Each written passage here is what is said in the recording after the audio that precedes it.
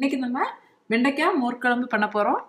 இதுக்கு தேவையான பொருட்கள் என்னென்னு பார்க்கலாம். தேவையான அளவு வெண்டைக்காய் இந்த மாதிரி கட் பண்ணி வச்சுருக்கேன். இந்த கப் அளவுக்கு தயிர், 3 பச்சை மிளகாய், காயப்பொடி, தேங்காய் இந்த அளவுக்கு, 1 ஸ்பூன் ஜீரகம், 1 ஸ்பூன் கடுகு, 1 ஸ்பூன் உளுந்து, கொஞ்சம் மஞ்சத்தூள், 1 ஸ்பூன் உப்பு, 3 காஞ்ச மிளகாய், கருவேப்பிலை. இப்போது இந்த வெண்டைக்காய் மோர் குழம்பு எப்படி சமைக்கிறதுன்னு பார்ப்போம். ஃபஸ்ட்டு நம்ம மிக்சியில் தேங்காவை போடுறோம்.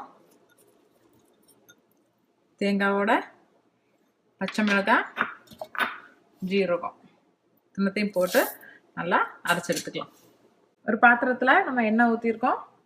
இதில் நம்ம நறுக்கி வச்சுருக்க வெண்டைக்காவை போட்டு நல்லா ஃப்ரை பண்ணி எடுக்க போகிறோம். வெண்டைக்காய் கொஞ்சம் ஃப்ரை ஆகி அந்த பிசுபிசுப்பு தன்மை மாறும்போது இதில் கொஞ்சம் உப்பு போடுறோம். நம்ம உப்பு போட்டு இன்னும் கொஞ்சம் நல்லா வதக்கி ஃப்ரை பண்ணலாம். நம்ம வெண்டைக்காய் இப்போ ஃப்ரை ஆகிட்டுருக்கு.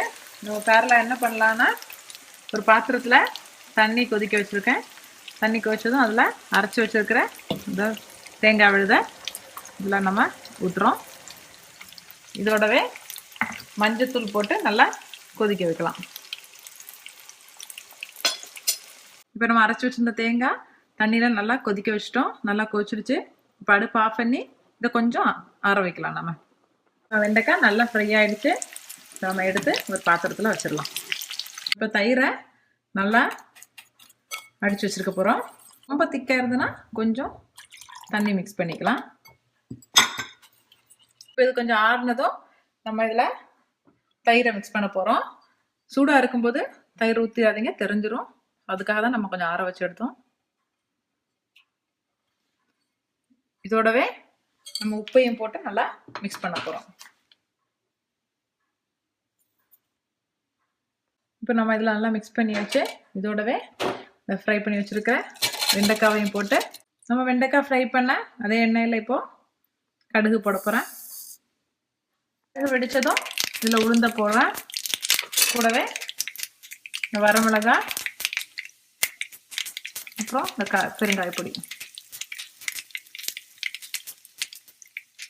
இப்போ நம்ம உளுந்து கலர் மாறினதும் இதில் நம்ம கருவேப்பிலை போட்டு இதை நம்ம குழம்புல மிக்ஸ் பண்ண போகிறோம்.